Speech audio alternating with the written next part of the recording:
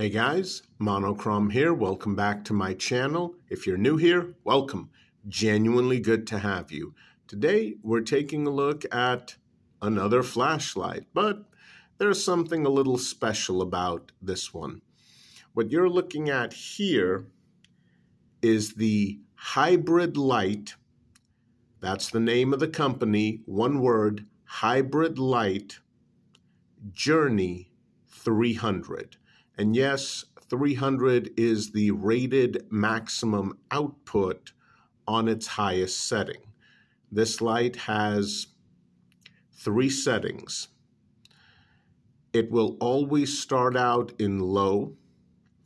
That doesn't give you much flood at all, but a decent amount of throw. A second click will get you to the high setting, which is rated 300. The low setting is rated at 80 lumens, and as usual, guys, there will be some specs in the description box below. Be sure to check that out when the video is over. And if you switch the light on, and then hold down the power button for a couple of seconds, hold it down, you will get what the company claims is strobe mode. No, it's more like very slow blinking mode. It's not even remotely strobe. It's a slow blinking mode. Now, almost the entire flashlight is covered with a rubber overmold. It feels like silicone rubber overmold, the modern day version of that, which I don't like. Because usually what happens with something like this is that the rubber starts to become sticky. It feels like it's sticky. Now, thankfully, when you take your hand off of it and you touch something else, your hand won't be sticky. But imagine if someone took a very, very thin layer of honey, covered the entire flashlight, let it dry, and then you picked it up. That's what it feels like. It is a Well, it's not a good feeling. To me, it's a little disgusting. That's because the modern day silicone rubber cheap overmold breaks down and feels sticky. And normally when that happens, most people just chuck the item in the trash. Now, I will admit this is a recent purchase, so the overmold feels perfectly fine. Perfectly fine. However, if you're looking for something that you can store away in a certain spot in your house or maybe in your car, within a few months or a few years, maybe somewhere in between that, yeah, chances are this will get sticky. And had I known that, I wouldn't have bothered buying the flashlight in the first place. But it is what it is. So, what's the thing that makes this guy a little bit special? Well, it's a solar-powered. Yep, a solar-powered flashlight. Now, I get it. That's, yeah. Wow, a solar-powered flashlight. That's, But, obviously, there's more to it than that. Bright daylight, you put this out, solar panel facing up. Maybe you can angle it with a book on one end or a wedge on one end. And this collects sunlight, which it then stores And when the sun goes down, you just press the button. There's low mode at 80. There's high mode at 300. And, well, technically strobe warning, but more like blinking mode warning. In 3, 2, 1. There we go. There's blinking mode. And I'm turning off the flashlight now. That's what you get. There's the company logo on one side. Like I said, nice rubber overmold on the entire flashlight, including the bezel, which, by the way, is definitely stuck on there. This is not the sort of thing you're supposed to take apart. Now, this light obviously has a rechargeable lithium-ion battery on the inside, and it feels incredibly lightweight. Yes, it's not a huge flashlight, but even for the size, it feels incredibly lightweight. So what's the problem? Well, the problem is solar technology is still in its infancy. I mean, let's be realistic when it comes to solar-powered anything. You pretty much need a house with a large roof, and you need to cover your roof with solar panels in order to get any sort of decent amount of power from modern-day solar technology at the time of the making of this video, which is very early June 2024. I mean, to this day, solar technology is not very efficient. Much of the time, it's not very effective. Yes, solar-powered flashlights, which absorb sunlight when the sun is out, and they store it in the battery when the sun sets. These types of things are actually very popular in third world countries, where they tend to be given out to people in villages that have either no electrical power or the tiniest bit of electrical power. Places where, if we're talking electricity, we're talking alkaline batteries. But something like this,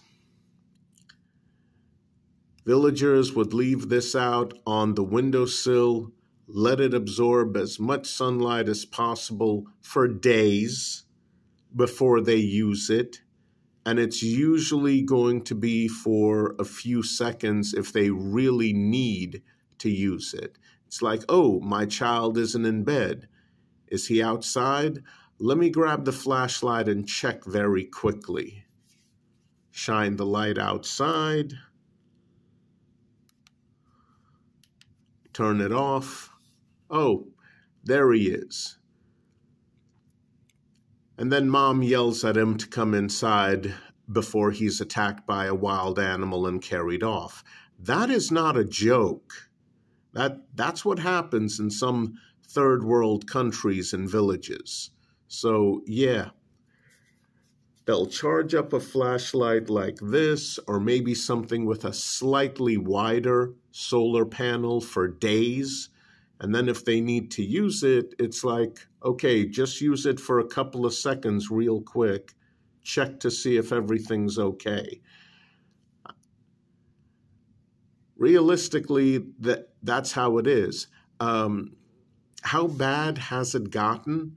Well, in first world countries like America, you don't get just solar-powered flashlights. You can buy solar-powered flashlights, but, and on this one, the tail cap unscrews, and yeah, That's how you're actually going to be charging your flashlight.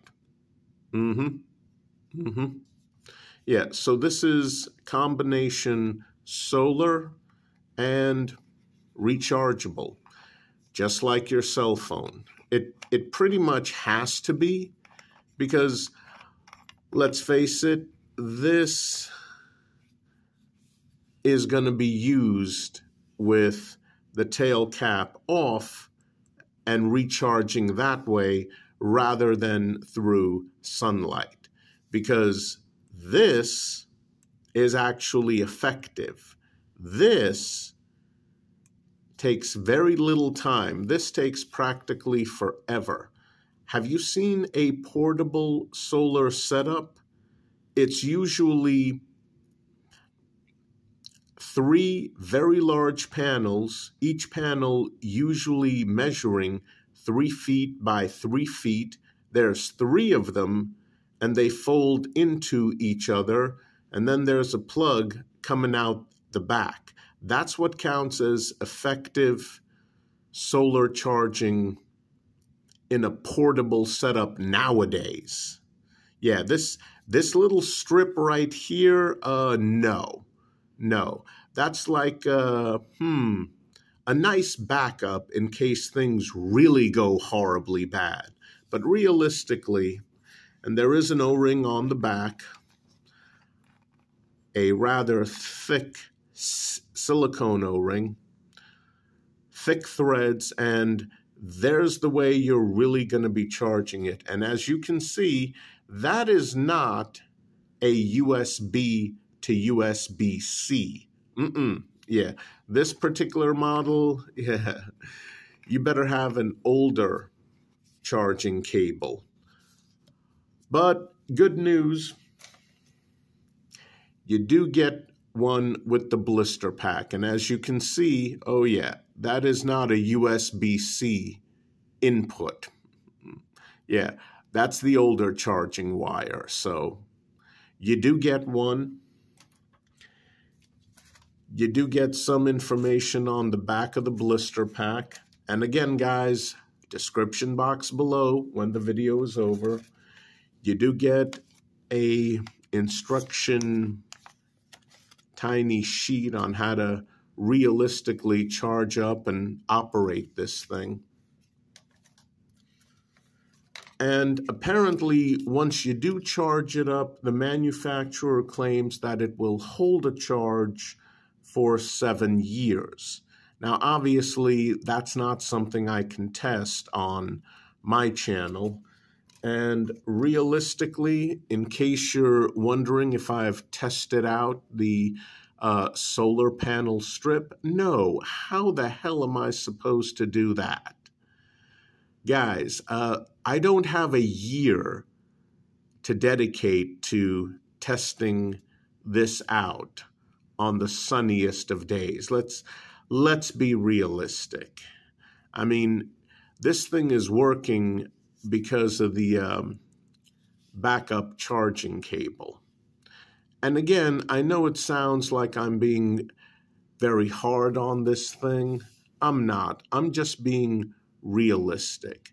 This is a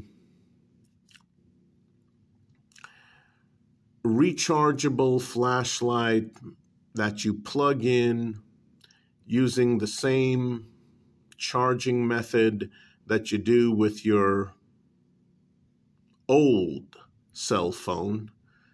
And it just happens to have a solar panel that you might be able to use. That's about it. There's the LED.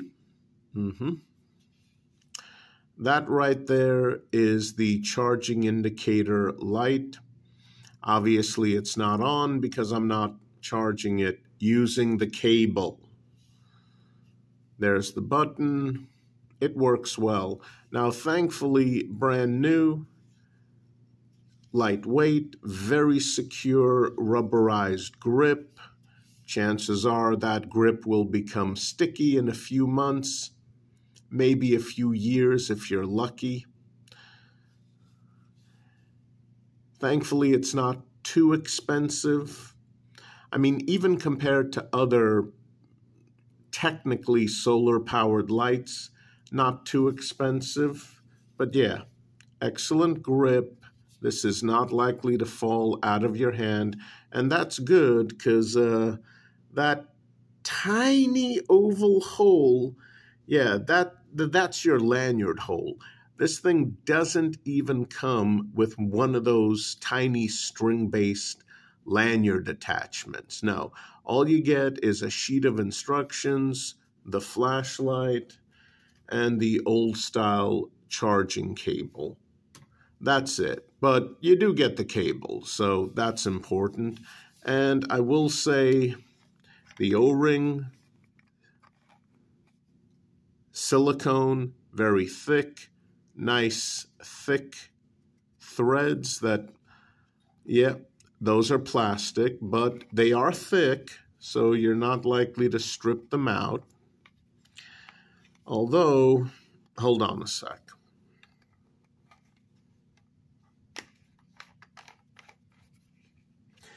Sorry, guys. Sometimes the tail cap is a pain in the butt to screw back on. But yeah, I mean, overall, if you're looking for something that has a rechargeable captive battery, yeah, this thing is not designed to come out, but it is lithium-ion. So captive battery, mostly charging cable for recharging the flashlight, does have a solar backup. Think of it that way. So the apocalypse has happened, everyone's gone, the sun is still up there, it's been about a decade. Yeah, this would work. Realistically, though, I'm sorry. This is just my opinion, but realistically, having researched solar technology as much as I have, this thing is a gimmick. Honestly, you're going to use the charging cable every single time if you want this thing to work properly. You're not going to use this thin, skinny solar panel. I mean, it's there. I'm assuming it's functional because, yeah, I haven't tested it out. I'll be honest with you. I have not tested this out, and I don't have a year of my life to dedicate to testing this out to see just how effective, how efficient it is. It's a modern day solar flashlight. It's not going to be that effective. It's just not. Let's be honest. Let's be realistic, okay? It's like pretending that every single child born in America could one day grow up and be president. Stop lying to your children. Stop lying to them. Realistically, you know that some of them are only intelligent enough to become, well, not much of anything. Let's be honest. I mean, people think, yes, every child born in America could be president. Stop lying to your kids. No, no. Could this be a great solar-powered flashlight? In my humble opinion, no. But only because every single solar-powered flashlight isn't gonna be great. I'm sorry. This solar technology is not to the point yet where you could take a completely dead flashlight with this type of thin, small solar panel, put it outside of your windowsill on a sunny morning, and in an hour, the battery is fully charged up. Not gonna happen. No. No. Hell no. But, okay. Maybe if you put it on your windowsill for several hours every morning for a couple of months, and you live in a particularly sunny area, and that windowsill is always facing a good spot to catch the sun's rays, okay, maybe in a few months, if this thing were dead, you could charge it up fully using just this. Realistically, for most people, hell no. Hell no. So this is basically captive battery, can't take it out, and you're going to be recharging it with the cable. That's it. This is, I don't know, it's a secondary option that most people realistically are never going to use. But okay, let's take a look at this particular flashlight in general in terms of performance. When it's fully charged up, it's a decent flashlight. There's no holster for it. There's no clip. But when this thing is fully charged up, and obviously I did not use this ridiculous solar panel, yeah, overall, it's a good flashlight.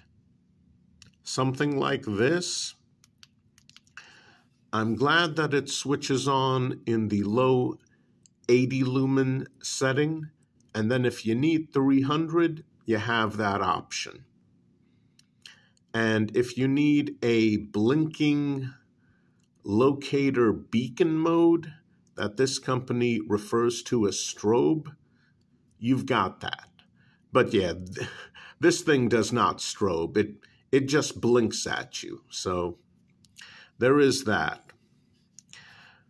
Might prove useful in an emergency situation, yes. Should you rely on the solar panel? In my opinion, hell no. But that goes for every single solar panel handheld flashlight. It does tail stand. Tail stands quite well on a flat surface, actually. So there is that. The button feels like it's good quality. Good spring underneath that button. It does not feel flimsy. It does not feel like it'll fall apart on you. So yeah, this gets a conditional recommendation from me. But realistically, small handheld solar flashlight, no, just no.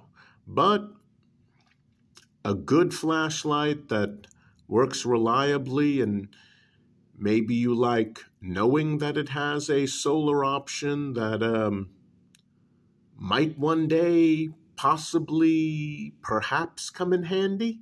Okay, fair enough. Overall, though, this is a good flashlight, and it does get a conditional recommendation from me. Just keep your expectations realistic. Okay, guys? All right. Stay safe out there. It's still dangerous. I'll see you guys soon. Take care.